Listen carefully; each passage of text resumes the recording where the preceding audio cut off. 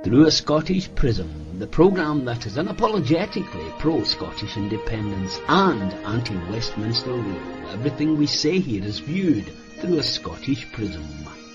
Brought to you by Barhead Boy. Hi folks, and welcome back to Through a Scottish Prism. I hope you and yours are well. Well, we're under a week now. We'll be having the election on Thursday, the 7th. And by this time next week, I would think we will know the result.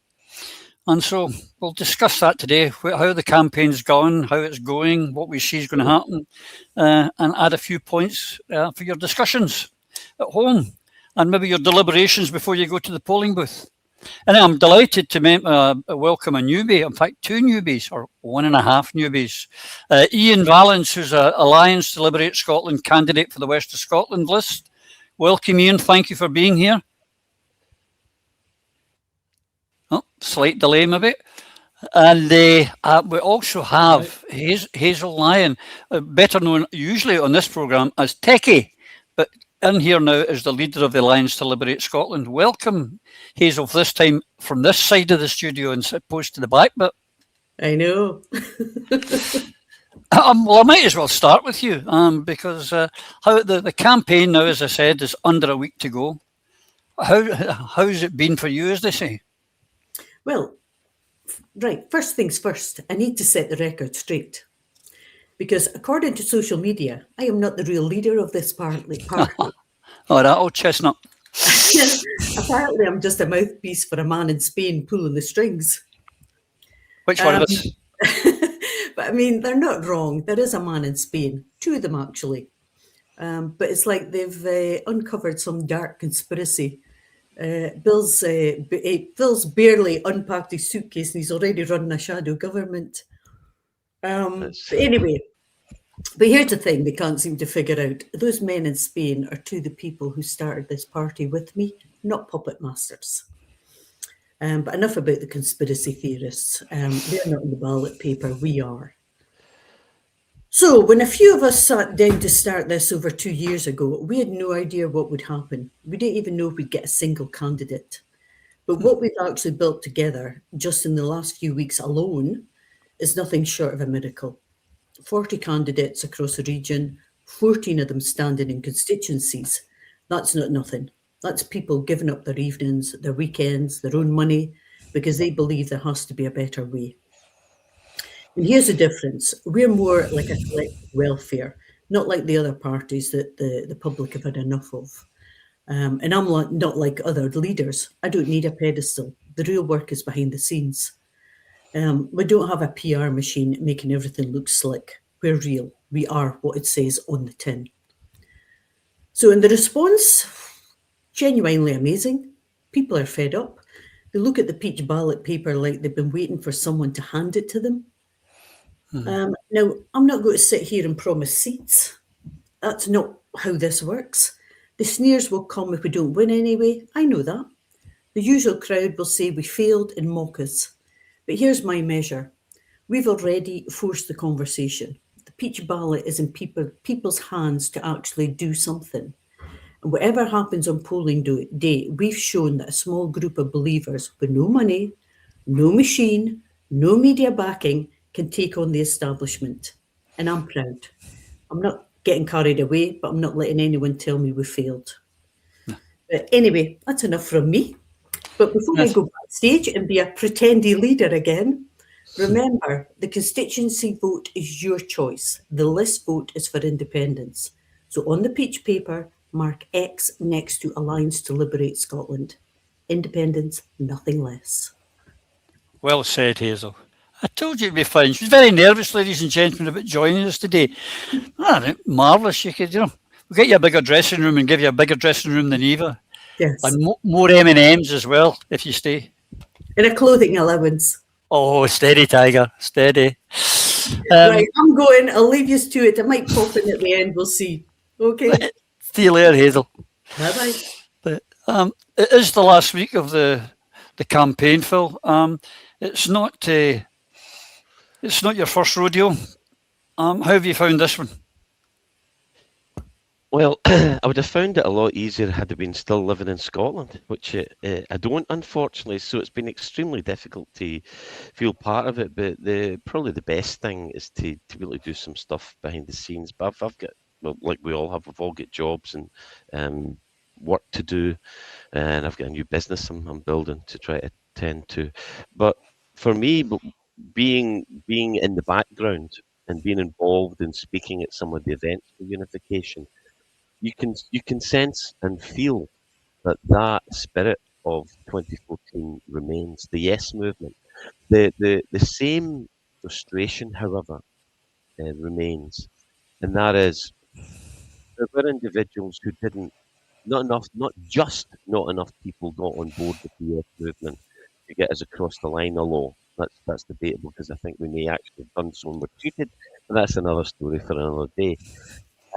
For me, real frustration here is the whole People's Popular Front, the People's Front, the Judean Popular Front, the splitters, in other words.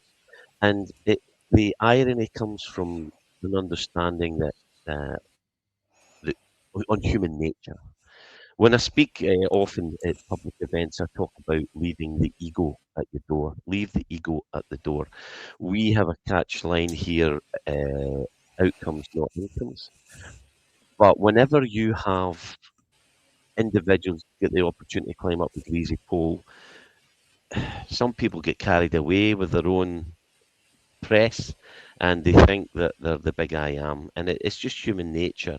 And the frustration comes when they see others making fundamental mistakes. For example, I looked at the critique that I thought what Hazel said was bang on the money, and I agree 100% with her. But the irony, those people who criticise Hazel and Eva, um, they're saying that they're going to work by you and I, Roddy. They obviously don't. They obviously have never met Hazel or Eva. Like, They haven't got a Scooby. no, it's the other way around. You bam. Absolutely. And the thing is, the irony is thick on this one because, ironically, these are people who supposedly support women won't wished, and yet they're shouting down to the strongest advocates for women's rights and saying they're being manipulated by guys who also support women's rights and who also stand against the GRR. It's pathetic. What's wrong with you people? Well, can you not see it? Can you not see that independence and independence can only be got by unification, by us pulling together, leaving your egos? You know what? You're not the smartest person in the room. And when I run, the way I run my business, I surround myself with people. If I'm the smartest person in the room, my business is going to fail. I make sure there's people in there that know a lot more than me about the specializations and divisions and issues that have to be attended to, because you want to surround yourself by experts and people who understand it. But the passion that we all share continues to unify, and we've lost some friends on the way, but but the door will always be open. Why? Because we know we're right. We know that what we've done in a short 3 months. What's my forecast? My forecast was always going to be that we wouldn't win any seats, and that the first seat we would take would be one when we focus on a council seat and we go in heavy-handed. That was my original forecast. When Alapa came on board, that's a bit of a game changer because of the work that we benefit from Alapa's efforts to illustrate that what Alex Salmond was doing was right and what Nicola, Hamza and John Swinney are doing are patently wrong. So to watch the divisions continue, don't mind yourself with the petty excretions of tiny little angry people. I mean, as much as there's good folk and a care and everybody's got a right to speak and everybody's got a vote, can you not see that you're working against the very principle that you say you support, unification and the freedom of our people? Please, please, please understand that you, like us, we don't know it all. And we're not always right, but by God, we're right on this one. Unification, one issue, independence, nothing less. That's what made the Yes movement almost get our freedom, and it's the only philosophy and policy that will get us there again. Well said. I agree. As a fellow puppeteer. So, Ian, welcome. Nice to have you here, as I say. You're involved in the campaign. How have you been finding it as it's been plodding along? What strikes me is that there is an undercurrent, but what of frustration, as Phil pointed out. Only 50% to 60% of people are going to vote. And the people, it was over 60% in the last election. That loss are people who are, my bet is 90% of the people who are not going to vote are people who would vote for something like ATLS.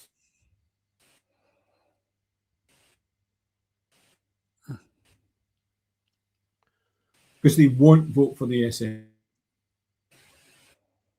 Sorry, I think I lost there. You're still. You got it. Yeah, they won't vote for. Screen. Right. Hopefully things will pick up as with the podcasts goes on, Ian. You'll get better bandwidth. Eva, we've got the usual things now. Saturday's headline from the, or Sunday's headline rather, from the National is going to be one of their favourite types. You know, they're now. After 2 weeks ago, we had SNP well in front, 20 points clear of their nearest rivals. Last week it was, it's narrowing down and it's on a knife edge. Let's get back to SNP 1-2. This week's headline is that, you know, the referendum's coming, folks. I mean, it's as if we've never heard it before, and from both the SNP and from the National. But it is not going to happen with a Section 30, is it? I don't know how many times this has to be said before it sinks in. I think it was yesterday, Friday, John Swinney made a speech in Stirling, and I've got it here. Phrase, I can confirm that in the first sitting day of the newly constituted Parliament, the SNP, if they have a majority, will lead on a vote for a Section 30 referendum. The Scottish Parliament does not have the power to hold a Section 30 referendum, and the Supreme Court explicitly said so as the result of the application instigated by Nicola Sturgeon, which at the time of it being made, she said was going to be a no ifs, no buts. There's going to be a referendum, and we all know how that panned out. We are doing the same thing over and over and over again, and that is why the Alliance to Liberate Scotland exists. To educate people that when you come to the Scottish elections, you have to vote for your chosen candidate in the constituency. Hopefully you've got an Alliance to Liberate Scotland candidate. If you've not, vote for the next best thing if they're an independent supporter, but vote Alliance on the list, because if the SNP get the majority of the constituency seats, they're not getting very many, if any, list seats. In 2021, the SNP got 1.2 million votes on the list, and it got them 2 seats. That's the problem. That's the error. That's the flaw, the fundamental flaw in the both votes SNP mantra. So if by some weird miracle there is an SNP majority, all that John Swinney's done is make an odd for his own back, because the Westminster government will never again gift a Section 30 referendum to the people of Scotland, because A, they're not afraid from John Swinney in the fashion in which they feared Alex Salmond. B, they know full well that there would be a yes vote this time. So for those reasons, it's not going to happen. But John Swinney is being deliberately disingenuous when he speaks about his intent for after the results are known, because today everybody on the planet knows that support for the SNP is about 20% lower than support for the concept of independence. 20% of people have to have a home to go to. They need an electoral home, and that's what the Alliance to Liberate Scotland is. But more than that, those 30% who are voting SNP in the constituency are slowly but surely working out that voting SNP on the list is not the answer for those people who desire independence. So those folk who are voting both votes SNP, or who are encouraging both votes SNP, and this is the blame laid firmly and squarely at the door of John Swinney and those around him. Those people who advocate both votes SNP are voting against their own country, and they are going to put unionists, possibly in the shape of reform, in the Scottish Parliament, which is the last place that reform should ever be. Now, I'm a believer in democracy, and my firm view is the majority of the people of Scotland desire independence. That they will benefit from independence up to a point is slightly irrelevant. The majority desire independence, and the way to achieve it at this election is to split your vote if you must. SNP on the constituency if you feel they're an independent supporting party, but you must vote Alliance on the list to get folk like me and Ian and all the other good candidates that we've got. There's, dozens of them in there holding the SNP's feet to the fire with a majority for independence on the popular vote and in the number of MSPs. That'll take Scotland to independence, whereas a plea to Starmer for another referendum is just yet more shame and disgust, and it condemns Scotland to another 5 years of austerity and penury.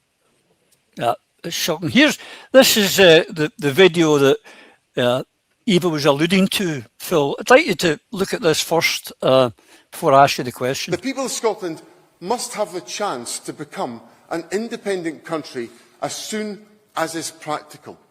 So I can confirm today that on the first sitting day after the appointment of the new government, we will bring forward a vote of the Scottish Parliament to approve the development of a Section 30 order to give Scotland the power to hold an independence referendum.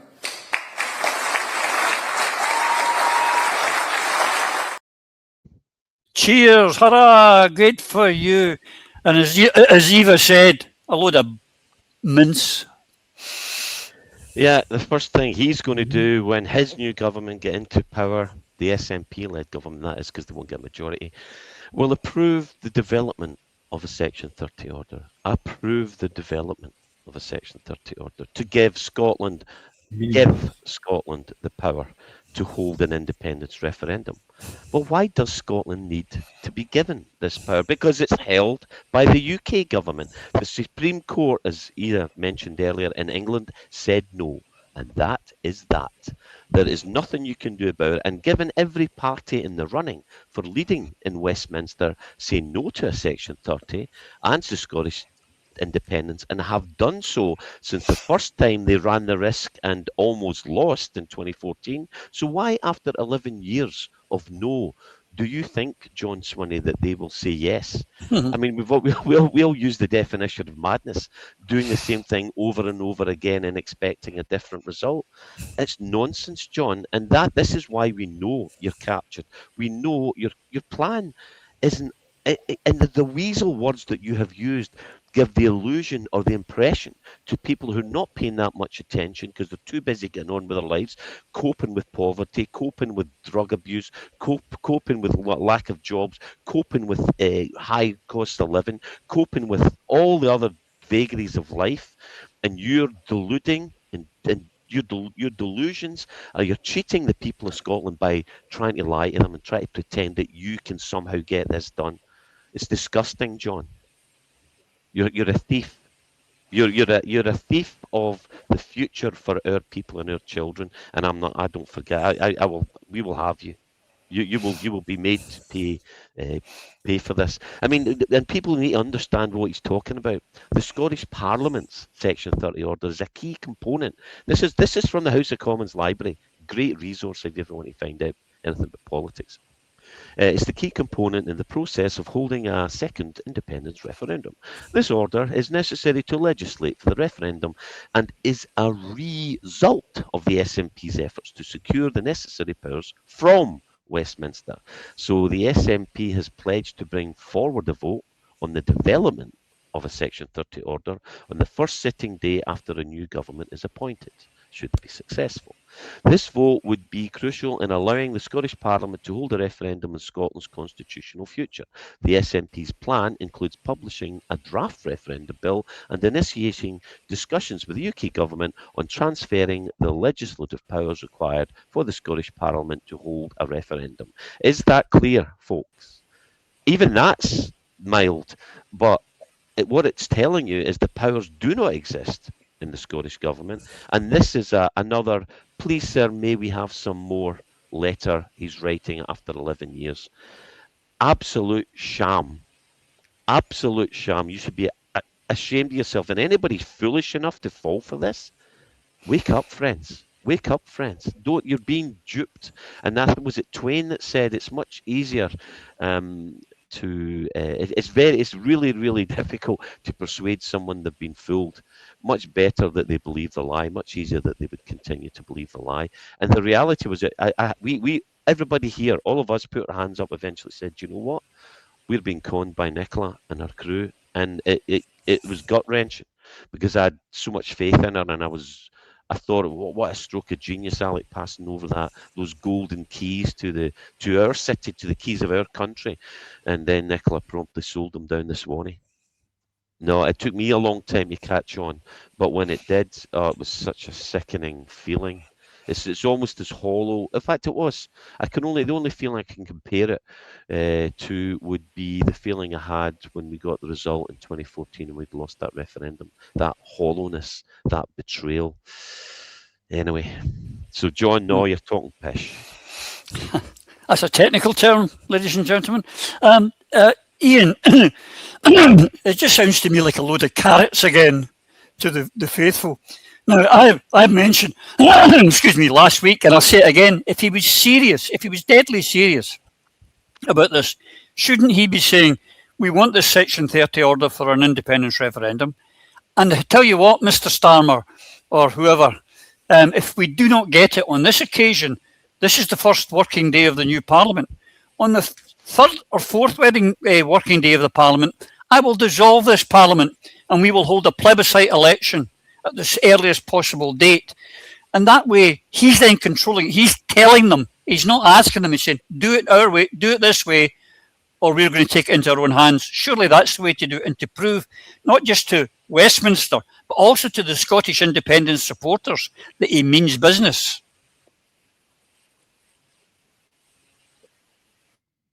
I don't think Ian heard me. Can I direct that question to you then, Eva, while we try and get Ian back? If you can't hear me because I'm still spinning. But okay. Carry on, Eva. On you go. You care to answer that, Eva? If you can hear me now. You're mute. Oh, wait a minute. It's a good one. No, it's... I think Ian's still struggling. Eva, you're on that one. There we go. Roddy never mentioned a pound. The problem that we've got is, if you cast your mind back to the days of Nicola Sturgeon, and remember was it January 2020, she promised a convention about independence.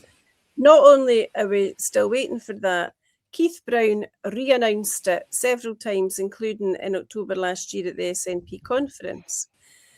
They've just re-announced it again, but this time it's happening after the election. So there's your first carrot.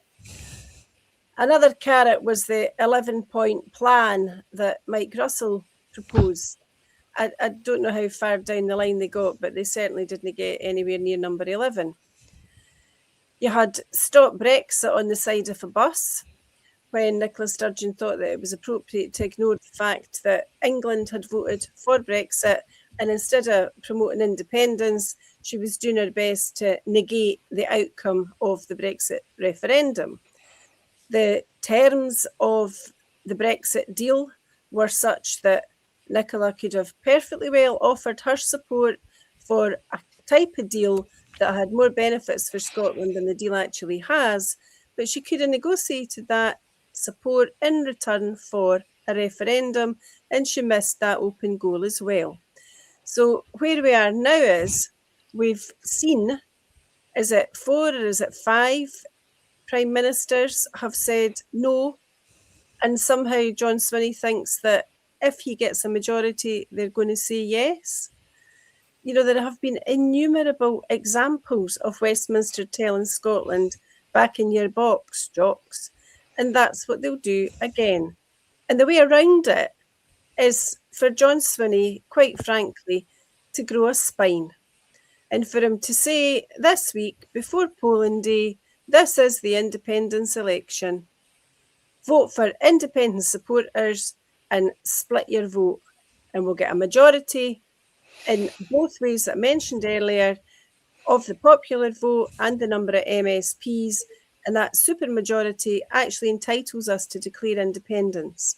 And if people aren't with me in that regard and they think that there has to still be a referendum after that, well, I don't imagine that the international community will look too kindly upon the mother of parliaments at Westminster if the people of Scotland vote by a majority for independence next week, and then Westminster says that somehow an ensuing referendum is illegitimate. It certainly wouldn't be. It would be birthed by an entirely legitimate and legal process, which is the demand of the people of Scotland, because the Scottish people are sovereign, not just as far back as 1320 in the Declaration of Arbroath, but more particularly the claim of right as has been recognised by Westminster and internationally. Solutions about Scotland should be made in Scotland, for Scotland, by the people of Scotland, and not imposed by the people of a different country, because Scotland is not North Britain. It is not a county. We're a country, we're a nation, and we should now become an independent nation once again. Absolutely. I don't know if Ian's still with us or not. He's on my screen. He's certainly frozen. Are you, Ian? Are you with us or not? Yeah, it's a very good picture. Phil, the same to you. They're announcing a landslide victory for the pro-independence parties. They're very explicit to say, they didn't say SNP or SNP Green, they just said pro-independence parties. Now, I don't want to get our hopes up, but that's a good sign that the pro-independence parties, including Curtis, are suggesting that that's what's going to happen on Thursday. Well, it would be if they were indeed pro-independence party, but we see this wheeled out at every election, the word independence. They say nothing about it while they're in power and while their snouts are in the trough and while they're feeding off the fat of the land and looking after themselves to their own career, while the rest of Scotland is in poverty, is getting worse, less jobs, poorer. But we know the story. So had that been said about genuine independence parties like ourselves, like the Alliance to Liberate Scotland, then yes, then that is promising. But the fact that the SNP are not an independent supporting party, the SNP are a party who support devolution, the continuation of the status quo. Otherwise, why you've ignored all these mandates that we've had? And then it comes round to you're saying, you know, this is the prime opportunity.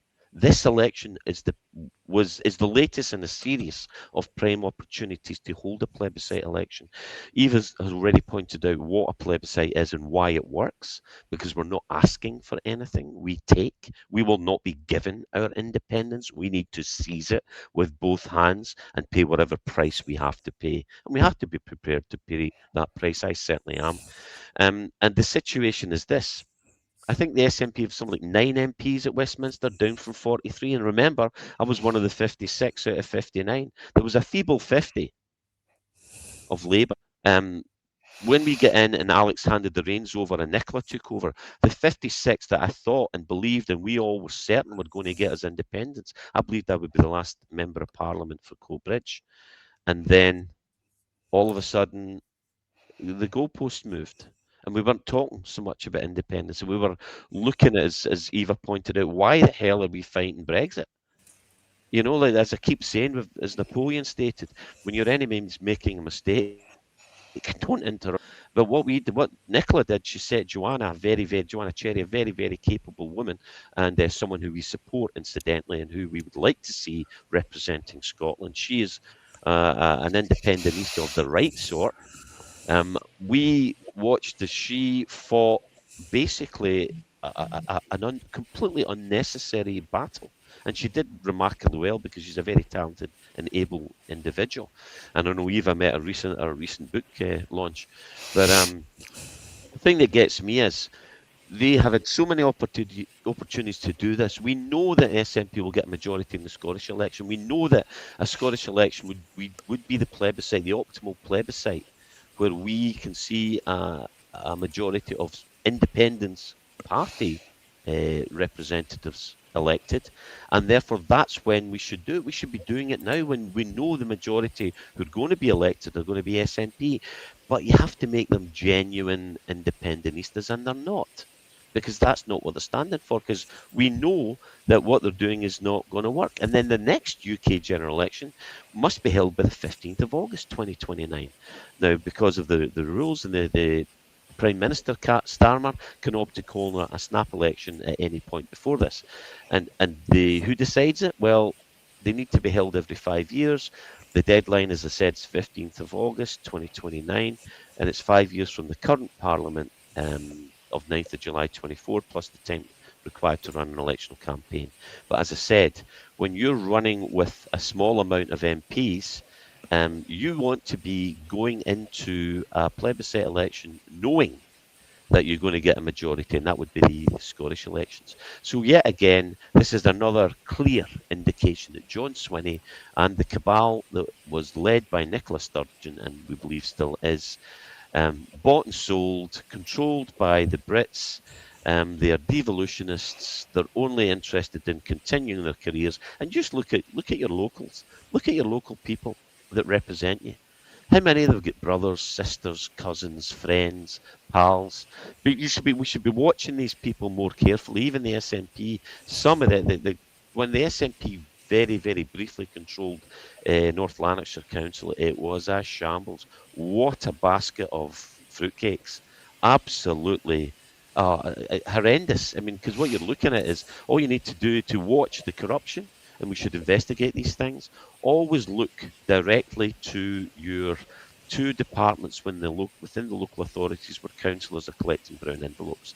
Primarily... Licensing. Yeah, correct. It's licensing and it's the planning department. That's what, and I know this because as an ex-cop and as a human of the world, I've seen the best and the worst in people. And the problem we have here, we don't have the best people representing us. Some of the worst people are representing us, and they lie. Yeah. So maybe you can get to answer that question now, Ian. You're back, hopefully. On you go. Go. Well, I was going to say, just build on what Phil said there. I mean, 20% of people vote in LAs, and there is the real problem. You get, to put it a different way, you get pissed because nobody cares. And that's what needs to change. If we want more real people, if we want more people who won't take the brown envelopes, etc., you have to have 80, 90% of people voting in LAs. I don't know how you do it, bar making it compulsory, which I actually personally favour, but that's another story. But you have to get people engaged. And issues like independence, we showed it in 2014. Engagement, 85% of people voted. That should be every election. Yeah. And I don't know how you do it, short of making it compulsory, but you get what you get. And if you want to get more people in, you've got to change the way that we elect the people that go in. And I think that's something that, for after, if this party goes on, that's something that can be discussed. Yeah. On that, Eva, I mean, you had a great piece out recently about how the Alliance Liberate Scotland has been blanked by the mainstream media, by the broadcasters, by the radio shows, and that's a fact. But on Ian's point, I would suggest that the media downplay local authority elections, and this election, they don't fire it up. They only fire it up for the things that is going to impress their bosses down south. They show more interest in the England women football team playing that in Scottish television rather than covering the issues of local government, which actually, in reality, even local government is more important to the individual. They take care of the things that really bother the local people, the potholes, the bins, the water, you know, they take care of those things. Mhm. We need to talk it up.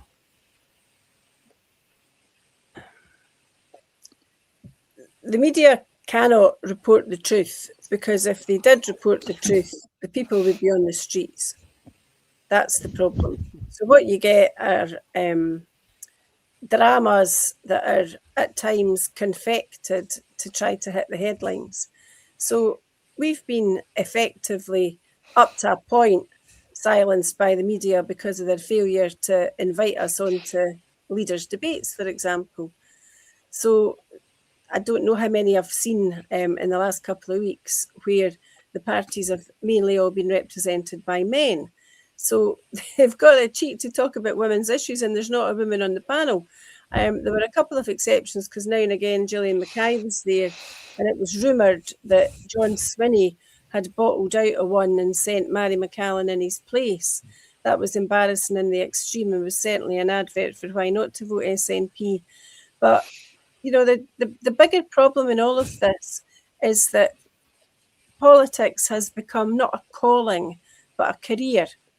If you think back to the days of people whose politics I didn't always agree with, but you could admire them because they were orators, or they were principled, or they were fiery or determined. And you remember some of them, whether it was Alex Salmond, Dennis Skinner,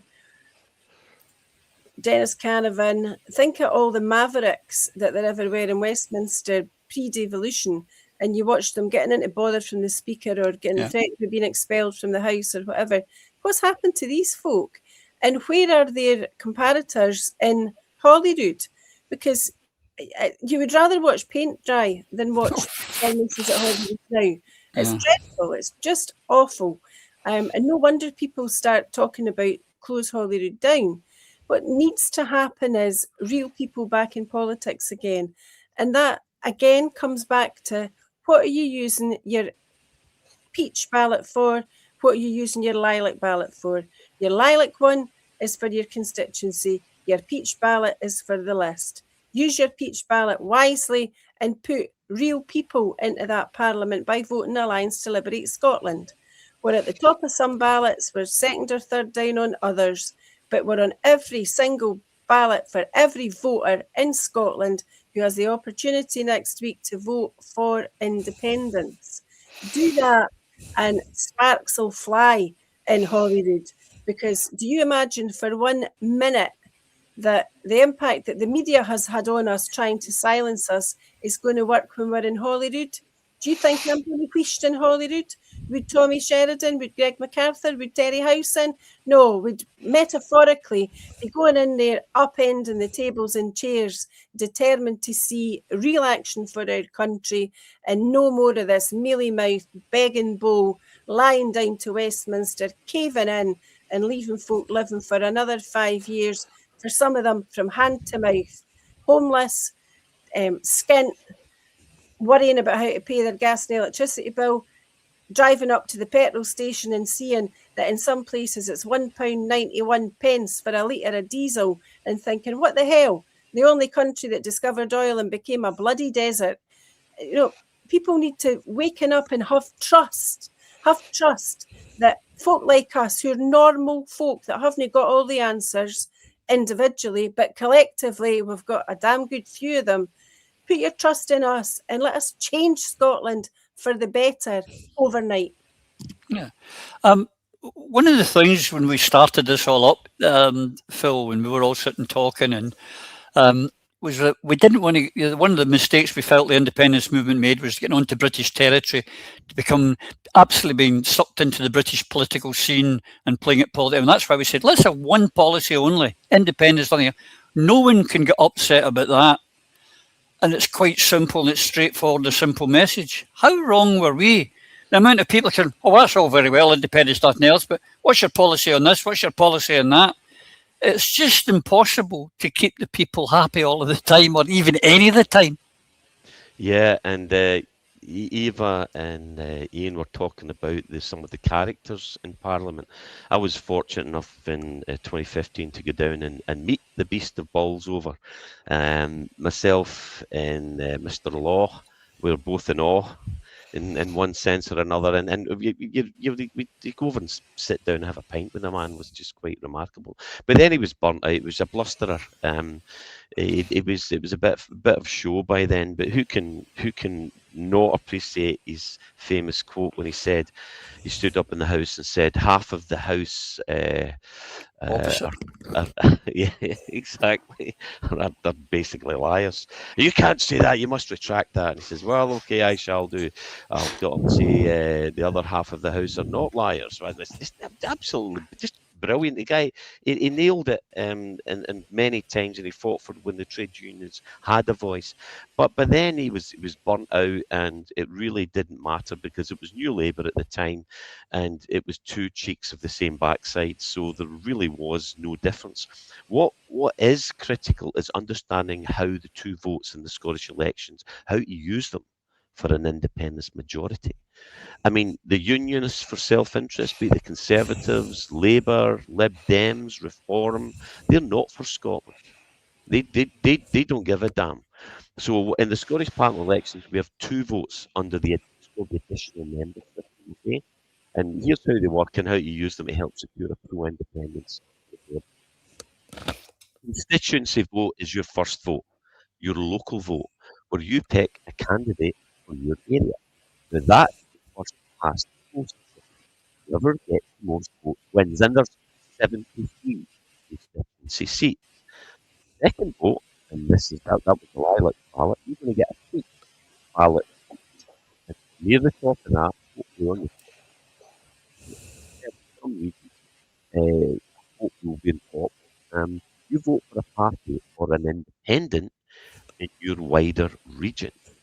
This decides the 56 additional MPs using proportional representation, balancing out constituency results. What does that mean? What does that mean, Phil? What are you talking about? Dead simple. If you take most of the constituency votes of SNP consistently have done, then the 1.2 million that SNP 1 and 2 got you last time, the 1.2 million votes, instead of getting 30 or so additional MSPs and having a majority, the system is designed to make sure that SNP or the independence movement cannot get a majority because they only got 2 last time, as Eva mentioned. That's what we're up against. We're up against rigging, fixing by the British government, and we need to play the system. And the fact that SNP are not playing this system and are playing on the British rules to the British grounds shows who they really work for. Your second vote going to an independent party, and this was Alex Salmond's vision. This is what Alapa was all about. For me, they didn't get it quite right. They screwed it up a bit, but the idea was correct. Absolutely correct. You need 2 clear independent parties working together. And that's what SNP won't allow. Their snouts are in the trough. They're looking after themselves first. To hell with every single one of you. If you don't have the gumption to stand up, that's 11 years now. More and more Scots falling into poverty, more of their children, a poorer future. I can't get work. I cannot get good work in Scotland. I've got to travel like so many others. And you're to blame for it, SNP. So bear in mind, folks, your second vote, you can, if you were to tick the SNP on the peach ballot, the regional vote, that second vote, you could follow that all the way through the count, and then you can watch it drop into the bin, because that's what it does. It drops straight into the bin. You vote for. Now, had the Greens been a real independentista party, then that they could have taken over. But the Greens have already stated on multiple occasions that that the independence is not a red line for them. Oh, not a red line for you. Sling your hook, and then you come out with your tree-hugging, lentil-munching, sandal-wearing crap that's going to destroy the economy. Oh, and some of the bonkers policies they've come out with, jeez. And it's not, we're not voting for a man who admires Zach Polanski in London and the English. Green Party. We're talking about the Scottish Greens, and I'll be honest, there's some decent folk there. Andy Whiteman joined them, and he told us all about, and he knows all about Who Owns Scotland. The Poor Had No Lawyers. Great book, should read that. And actually, there's a small gentleman who's one of the leaders, Ross Greer, and I worked with Ross, and I liked Ross. I got on well with Ross in the independence campaign, but some of their policies are bonkers. And ironically, Ross does actually know a wee bit about economics. But you're not a when you're doing bonkers policies. So remember that, folks. You need to have one independence party on your first vote and a different one on your second vote. And the only party on that ballot, on the list, that is 100% for independence is the Alliance to Liberate Scotland. Why? Because we do exactly what it says on the tin. We have one policy: independence, nothing less. Absolutely. But that's the thing, at this election I found all of the British parties, even the ones managed by a sleet of hand, put Scottish in front of their name, all the English parties, they've been so negative. We're the Alliance to Liberate Scotland, the only positive party out there. We're offering a positive outcome: independence, nothing else. Their vote for us to stop the SNP seems to be the standard norm for all the Brits.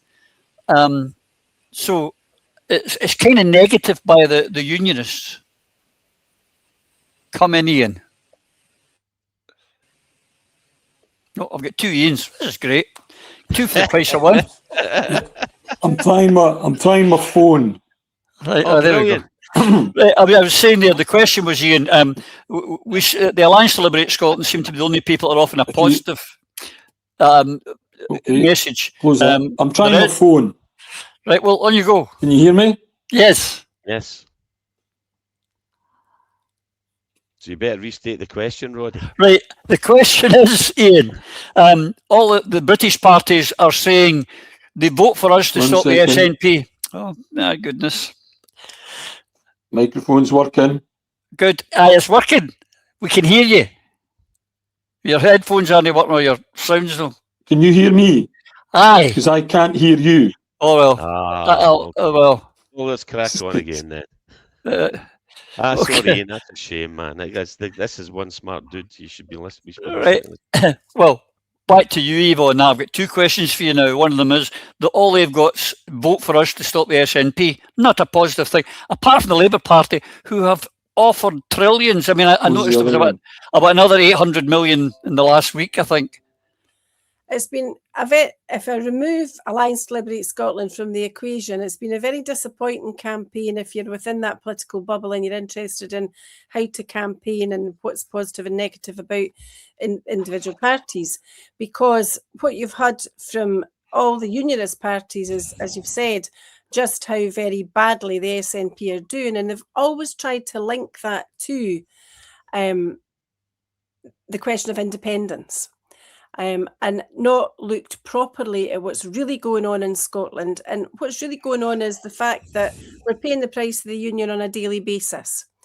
But instead of the SNP pointing that out and saying we need a united campaign for independence, and there's nothing wrong with the Alliance to Liberate Scotland. In fact, we welcome them on the political stage because they will help us use the system legally and lawfully to deliver independence. Instead of saying that, you've got the constant embarrassment and the frustration of the SNP producing money like a rabbit out of a hat and offering to do things that they could have done long, long ago, but they're not fully costed. They are not going to happen.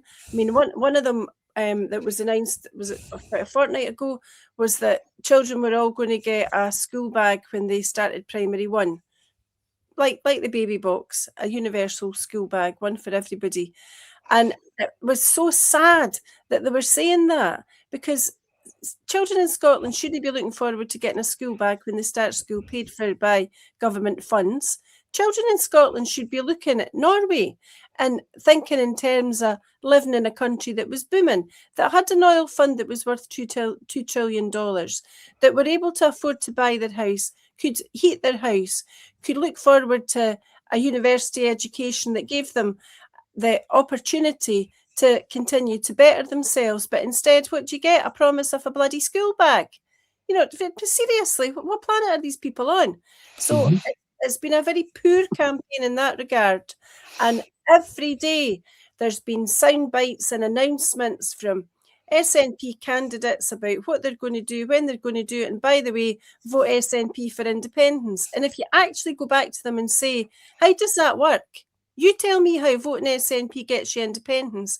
You're lucky if you get an answer, but normally the answer is, but of course it does, because the SNP stands for Scotland. Well, if voted, I said this so many times, we've all done it. If voting SNP got you independence, would you been independent long ago? It doesn't. It didn't work in 2016. It didn't work in 2021. And it's not going to work in 2026 if it's both votes SNP. Now, I sat here in this chair, in this room 5 years ago when Alba had just been launched. And we were full of hope and optimism that the message was going to get through, and it was SNP 1, Alba 2. We had the usual amount of snash from the unionist parties about how Scotland couldn't survive on its own, and largesse and bounties promised from Westminster. That largesse and those bounties were promised at the general election in 2024. Vote Labour, save Grangemouth. What happened? It shut. Nobody lifted a bloody finger. So really understand what it is when you go to vote. You're not there to put bums on seats. You're there to vote for somebody that you find that you respect or they inspire you. You might not like them personally, but you might feel confident that you could put your trust in them to do their best to deliver what they're offering. And that's what we offer in the Alliance Liberate Scotland. You vote for us either in the constituency or nationwide on the list, and we'll get in there at day one with our sleeves rolled up, determined to do two things. One, to bring Scotland to independence as soon as possible as an urgent necessity. And two, to make sure that the terms of the independence settlement are negotiated by people who know what they're doing, not by folk who are puppets or who are managed from the back by spads. Absolutely. Ian, I hope I'm going to get an answer out of you in this one. A quick question on it in case it goes awry. But you know, last week we were talking on here about how the argument between Offord and Sawar, you know, Sawar bounding over and saying we've got to work together as you're a unionist above all else. But he was right. I mean, Sawar was right in that you've got to work together in this parliament, and that's what we've been saying for years. But the independence movement need the SNP to get on board. I have given up on the number of times that I've tried to engage with people and get them to explain to me why they're just party clones. You know, why not inform yourself? Why not understand the haunt? Don't just believe what these people tell you. But it's beyond them. It's ingrained. And I think Phil was saying earlier, it's just frustrating that people can't see. And I mean, on the Offord thing, he had no reason to lie. Of course Starmer approached him. He just didn't expect Offord to tell everybody. Exactly. I mean, there is one thing about the reform you have to say. It's refreshing. Sometimes when they open their mouths, you actually believe that they believe what they're saying. The rest of them, I mean, I don't know if you saw Question Time a couple of weeks there in Aberdeen. Shocking performance. Whoever briefed that woman should be fired, and she should be fired. Unquestionably. Going to Aberdeen in a BBC programme, totally unprepared. I mean, that's stupidity. Yeah, of course you have to cooperate. And the dogmatic approach of the SNP is frankly baffling. To me, baffling. Yeah. Well, this election, I don't want to be sitting here in a week or so going, we were right and you didn't listen and we're in the same poo-poo. But the clock's beating us as always, Eva. But before we go, I would like to direct this to you. Now, I know you said you hadn't seen this, and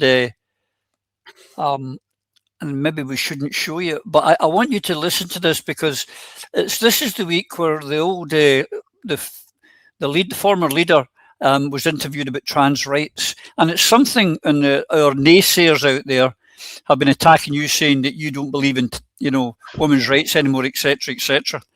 But here's feminists down to our fingertips. No matter the grief or the toxic abuse that is poured down in me for it, I will always stand up for the trans community, because I don't believe we should further stigmatise an already stigmatised group. And I don't believe I have to choose between that and being a feminist, which I will always also be till the day I die. You describe the debate that happened in the Scottish Parliament over the Gender Recognition Bill as the most toxic debate you experienced in 25 years in frontline politics. What really alarmed you about that debate? What most worries me about this issue, though, and this debate, is that it has been hijacked and weaponised by people who are transphobic and homophobic and racist and misogynist. And one of the biggest ironies of this debate is that there are many voices in it who are dumping down on the trans community, supposedly in the name of women's safety and women's rights. And these are the same people who are also taking away abortion rights and would not stand up for women's rights in any other. The trans community right now are at the thin end of a much bigger wedge. It's trans rights that are being attacked today, and if we allow that to happen, then it is gay rights and it's ethnic minority rights and it's women's rights tomorrow. In fact, arguably, it's already happening. So I think we need to stand up for trans rights for the sake of trans people, but I also think we need to stand up for trans rights for the sake of all of us. However I'm attacked, and however rich and however famous some of the people who attack me might be, I'm not going to be silenced, and I'm not going to be bullied into submission on this issue. Now, I don't know if you're one of those rich and famous, but you're certainly famous, Eva. Rich and famous. Now, there's so much there to take. I know that. The first thing I'd say is when she said it was the most toxic debate ever at Holyrood. Well, all the parties bar one were in favour of it, and she didn't actually allow any debate, or any debate she heard, she had silenced. And it's all about the poor trans and they're losing rights. Well, you ask that question all the time, Eva. Well, what rights is it you don't have? You never get an answer. Never. What struck me about that interview was the number of times that she referred to herself. It's not about her. And that's been the problem actually throughout that debate, that she made toxic. And she made it toxic because she had her supporters and her sycophants, and I'm using that word very deliberately, whipped to support her position, because they knew that if they did that, they'd be promoted within the party, promoted in innumerable instances beyond, way beyond, in some cases, their actual abilities or their deserts.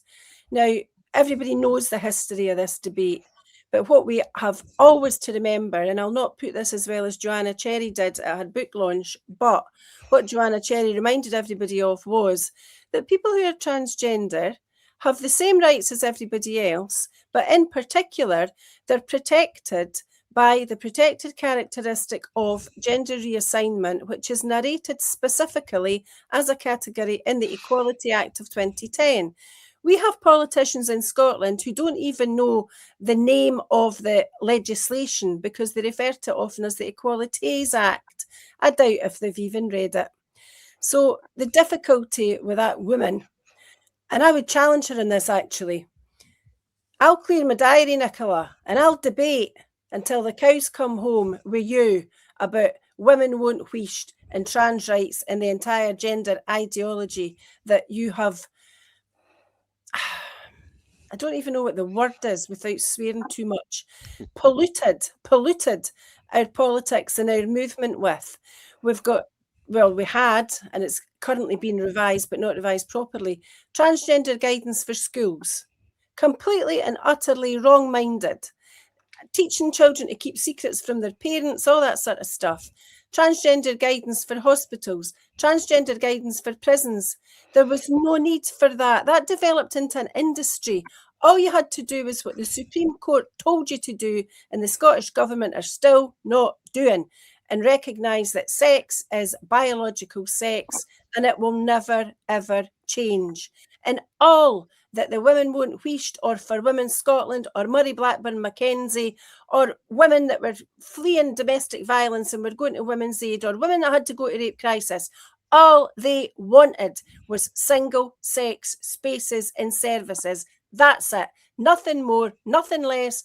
They weren't vilifying, they weren't having phobias about trans-identifying men. They were just saying plain and simple, you get men and you get women, and there's nothing in between, no matter what surgery or drugs or wigs or pink leggings you might ever wear. So her political epitaph will be Isla Bryson, the man in the pink leggings. And Hellmender, because that's exactly what she deserves. I wish we weren't talking about her. I wish she would disappear into the sunset and leave the rest of us to clean up the mess that she created and swans off with hundreds of thousands of pounds in the bank, having destroyed the lives of very many people whom she was elected to take towards independence and to protect. So protection of women's rights is the last thing that she'll ever be remembered for. Yeah, I mean, it comes as a surprise to me that a woman who, I mean, she noticed her husband allegedly has been accused of taking 600,000, but she never suspected anything for a minute. Yeah, quite amazing. She's obviously an astute woman. Phil, I mean, when she talked about the most toxic debate, there wasn't really a debate because, I mean, the women's groups were not allowed into the debate. They only invited in for debate anyone who agreed with Nicola Sturgeon's position. Correct, and that's the problem here. And I've had apples off this cart before. In 2015, we did a debate in fox hunting, where everyone, we were in one of the chambers at Westminster, one of the halls off the side, and Nicola was there, and everyone got a chance to debate, and Nicola almost lost. That was the one and only debate she ever had with all of the MPs. It never happened again. After that, it just became diktats. And bear in mind, this was just after she was handed the keys to the city, the keys of Scotland. And she never allowed that to come close again. And people, look what the Gender Recognition Act, you need to understand it to know exactly what she was doing. If you look it up, the Scottish Government Gender Recognition Reform Bill aimed to simplify and expedite the process of obtaining a gender recognition certificate. The bill proposed reducing the minimum age from 18 to 16, remove the need for medical diagnosis, and remove the 2-year residency requirement. And it was blocked. It was blocked. So what we've got to remember here is that, and there is one point that I kind of agree with Nicola on, and is that trans rights need to be protected. And Eva and Joanna have articulated and will articulate that better than I ever can. Same rights as everybody else. And of course we would extend support to anyone genuinely going through that. But, and this is the critical, and this is where she's fundamentally wrong, we all disagree with her. And we know that everybody in Scotland, I trust Scotland to make the right decision on this. You will not do that, Nicola, and no one will be allowed to do that at the cost of the protection of single-sex safe spaces for women and girls, ever. That cannot be the case, must not be the case, and I trust the people of Scotland never to allow that to happen. As Eve has alluded to, Ian, this split the movement, split the party, and has caused the divisions that are still there today. And she's still insisting I'm right and everybody else that disagrees with me is wrong, fundamentally wrong. But she's wrong. Not her belief she's entitled to, but she's wrong to say that it's one side only. Oh, absolutely. The debate is toxic every time and in every circumstance. It doesn't matter how. It's breaking up the LGB community. It is a toxic experience. It's a toxic from start to finish. And anybody who doesn't recognise that is missing the point. They are political advocates hiding behind pseudoscience. I mean, I'm a scientist to my core. And what Eva said about biology, that's it. That's an end. There are no other ways. You cannot use artifice to turn a man into a woman. It cannot happen. End of story. Any surgeon who's worth their salt will tell you that. Any psychiatrist who tells you different is probably one of the psychiatrists who believe in the ideology. It is an ideology, and it's a toxic ideology, and it should be kept as far out of the public debate as possible, and it's certainly out of schools and in childhood. That is the most toxic part of that debate. Yeah. I mean, one of the things I would say is, the psychiatry, yeah, you're right. You're absolutely agreeing with people when they say they've got this dysphoria when they don't. But it'd be like if it was an anorexic person going into the psychiatrist said, quite right, you're a fat bitch, keep starving yourself and don't eat any food. They would go crazy. They would go mental. That's the difference. Anyway, the other one was Lord Winston, one of the greatest scientists, was never off the BBC until such times as he sat in question time and said, under no, you could never, it's immutable, you cannot change your sex. He was never been on the BBC since. That's toxicity for you. But we're running out of time. Sorry, Ian, you were going to say something. No. We're running out of time, Eva, but I want to finally, a couple of things I want to say to our viewers is that we won't be having this programme next Sunday because the results still won't be familiar. Plus the fact Eva and Hazel, who have worked their wee socks off, let me tell you, have no idea the amount, they will probably be lying either in a coma with alcohol, having a wee sleep, or just exhausted, sleeping like Rip Van Winkle for days on end. Plus the fact it won't be clear, we'll be coming early in the midweek with the results and the results programme. But before that, this midweek, we will be having a pre-election meeting and we'll have some firecrackers and that for you. But Eva, before we go, I would like you to stress to the people watching the importance of how they vote next Thursday. Well, before I do that, Roddy, can I just make a grand announcement? On you go.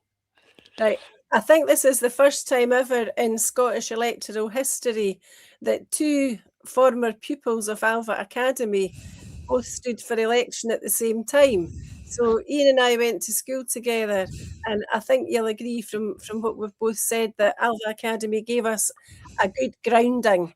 It was a fabulous school to attend, but we then both went off to uni and had opportunities that should be available to every child in Scotland. And that's the reason, in large part, why I am in the Alliance to Liberate Scotland, because I know that it's only with the full powers that come when you hold your own purse strings that you can turn Scotland into the country that she should be. Our resources are bountiful, but our greatest resource has always been our people. We are, like Ian, scientists. Yeah, unfortunately, you have to have lawyers like me, but we're doctors, we're engineers, we're oil men like Phil, we're salesmen like you, Roddy. We're all different sorts of people, from the joiners to the plumbers to the nurses to the carers. We're resourceful and we're kind, and we're trying to do the best we can. Somebody's got their volume on so I can hear myself, feeding back to myself.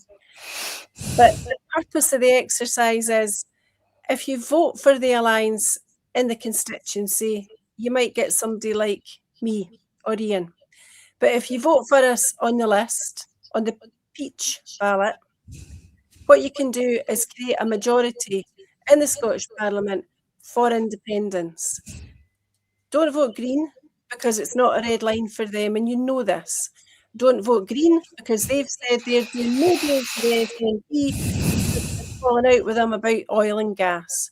So your only realistic alternative is to vote for the Alliance to Liberate Scotland, do what it says on the tin, and make this the independence referendum, create that supermajority, and we will carry your faith and your trust carefully and do our utmost to make sure that we deliver independence, nothing less, independence, nothing else. Absolutely, 100%. Just the two of you from Alva, did you ever carry your books home for you, Eva? I don't remember that, actually. Just check. Did you ever share a lunch or anything? We'll find out. We'll get the gory details later about the bicycle shed or anything. I want to know what's going on. I will investigate for you folks. Like, I will report back. But if I could just say before we go, ladies and gentlemen, I would suggest beyond any other party, if you like, this is our BBC and ITV or STV studios here through a Scottish Prism. And we've brought to you every week now for quite some time all the different candidates.